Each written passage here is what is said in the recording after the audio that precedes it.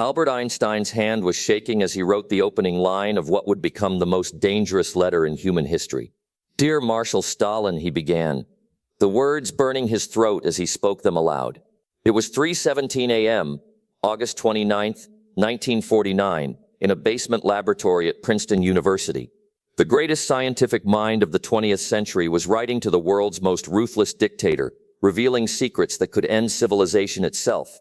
And standing behind him, reading every word, was Bumpy Johnson.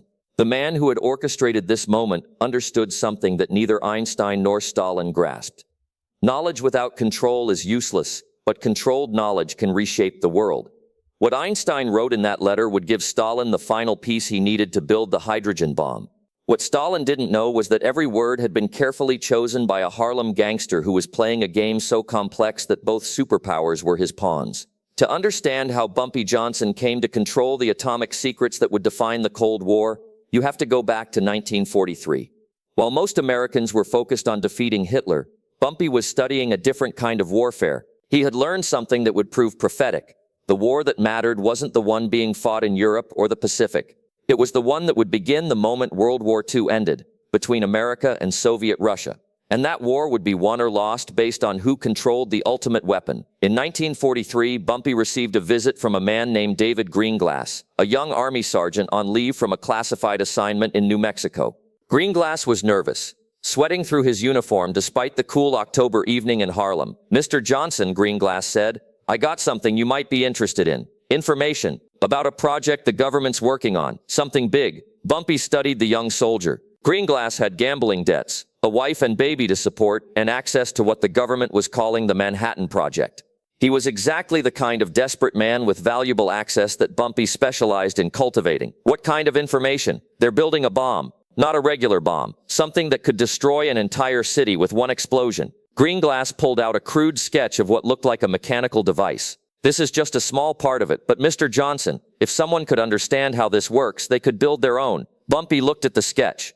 He couldn't understand the technical details, but he understood the implications. Whoever controlled this technology would control the world after the war ended. "How much do you want for this?" "5,000 now. 5,000 more when I bring you the complete plans." "Done." "But David," Bumpy's voice took on that cold edge that made strong men reconsider their life choices. "If you're lying to me, or if you try to sell this information to anyone else, you'll discover that there are worse things than government secrets." Over the next 2 years, David Greenglass smuggled atomic bomb plans out of Los Alamos and delivered them to Bumpy Johnson. By the time the bombs were dropped on Hiroshima and Nagasaki in August 1945, Bumpy possessed a complete technical understanding of nuclear weapons design, but Bumpy wasn't interested in building bombs himself. He was interested in something more valuable, controlling who else could build them. The atomic bomb had ended World War II, but it had also started a new kind of war. The United States held a nuclear monopoly, but intelligence reports suggested that the Soviet Union was desperately trying to develop their own atomic weapons.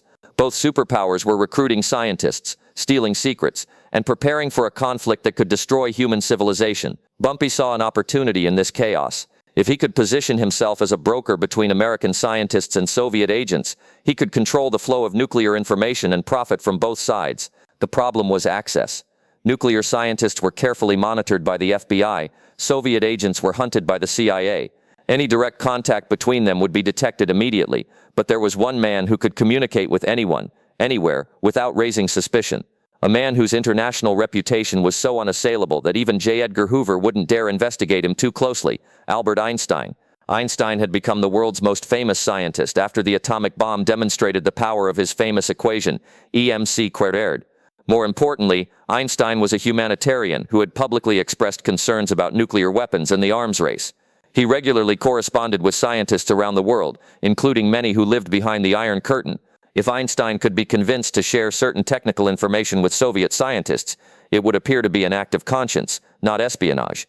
The challenge was convincing Einstein to cooperate. The physicist was brilliant, but he was also naive about politics and human nature. He genuinely believed that scientific knowledge should be shared freely among nations to prevent any single country from dominating others through technological superiority. Bumpy's approach was masterful in its simplicity. Instead of trying to corrupt Einstein directly, he would convince the scientist that sharing atomic secrets with the Soviet Union was actually the moral thing to do.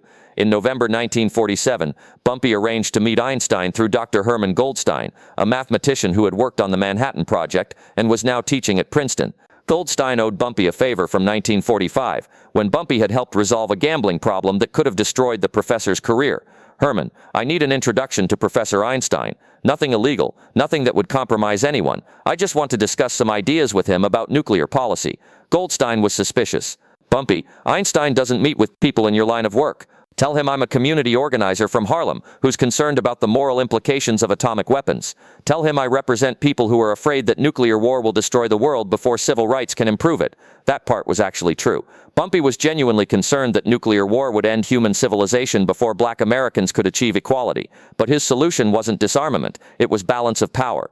The meeting took place on December 15, 1947, in Einstein's office at the Institute for Advanced Study in Princeton.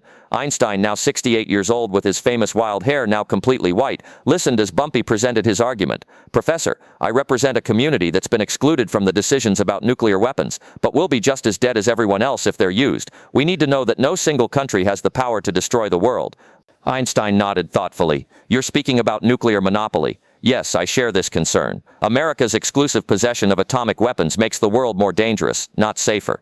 Then you understand why some people believe that other nations should have access to this technology, not to start wars but to prevent them. Balance of power through mutual deterrence, Einstein mused. It's a terrible solution, but perhaps the only realistic one. Over the next 6 months, Bumpy met with Einstein regularly, always presenting himself as a concerned citizen seeking guidance on nuclear policy. Gradually, he began introducing more specific questions. Professor, if the Soviet Union were trying to develop atomic weapons, what would they need to know? The technical challenges are immense. They would need to understand uranium enrichment, plutonium production, implosion design. Einstein paused, realizing he was providing a roadmap for nuclear weapons development. I'm not asking you to help them build bombs, Bumpy said carefully. I'm asking what knowledge would prevent them from building inferior weapons that might malfunction catastrophically. It was a brilliant manipulation. Einstein genuinely feared that crude, poorly designed nuclear weapons might cause accidental disasters. If Soviet scientists were going to build atomic bombs anyway, better that they build them correctly. By early 1949, Einstein was regularly providing Bumpy with detailed explanations of nuclear physics, weapons design,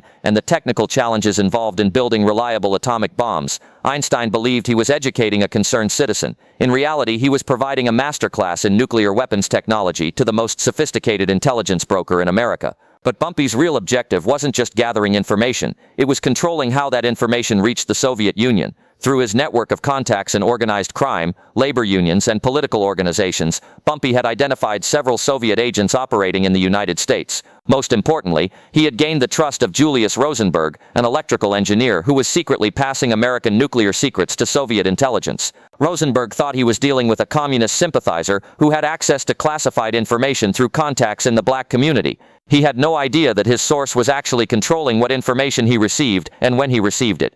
In July 1949, Soviet scientists successfully detonated their first atomic bomb, years ahead of American intelligence predictions. The nuclear monopoly was over. The Cold War had begun in earnest. What American officials didn't know was that the Soviet bomb had been built using information carefully selected and filtered by Bumpy Johnson. The Soviets had received enough knowledge to build a working weapon, but not enough to build an advanced one.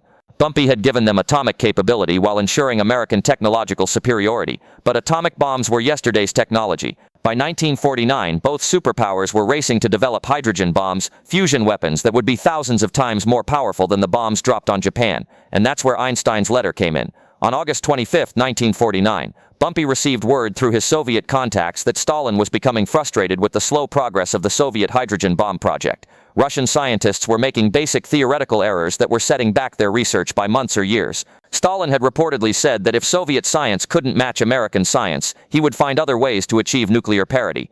Those other ways likely meant launching a preemptive nuclear strike, while the United States still had relatively few atomic weapons. For the first time in his criminal career, Bumpy Johnson was facing a situation where the wrong decision could literally end the world. If he did nothing, Stalin might order a nuclear attack on American cities, rather than accept permanent nuclear inferiority. If he helped Soviet scientists perfect their hydrogen bomb design, he would be giving humanity's most dangerous weapon to humanity's most ruthless leader. But there was a third option. Give Stalin enough information to build hydrogen bombs, but ensure that the information came with constraints that would limit how those weapons could be used. On August 28, 1949, Bumpy made an emergency visit to Einstein's home in Princeton. It was nearly midnight when he knocked on the door of the small white house on Mercer Street.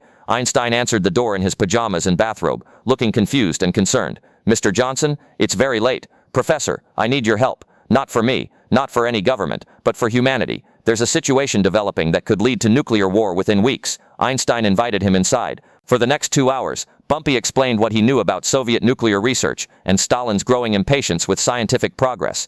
If Stalin believes he can't achieve nuclear parity through research, he may decide to strike first while the nuclear balance still favors him, Bumpy said. "We need to give Soviet scientists the information they need to build hydrogen bombs, but we need to do it in a way that emphasizes the moral responsibility that comes with such power."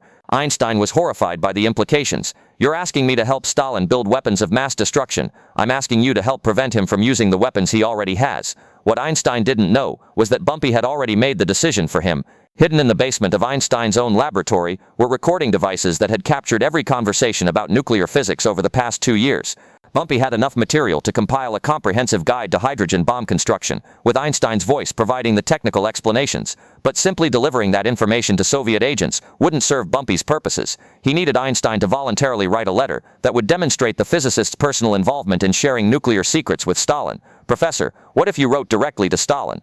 Not as a spy or a traitor, but as a scientist appealing to another human being about the moral implications of nuclear weapons. Stalin isn't interested in moral appeals. He is if they come attached to information he desperately needs." Einstein was silent for a long moment, understanding the terrible choice he was being asked to make. "If I write such a letter, if I provide Stalin with hydrogen bomb technology, I become complicit in giving him the power to destroy entire nations."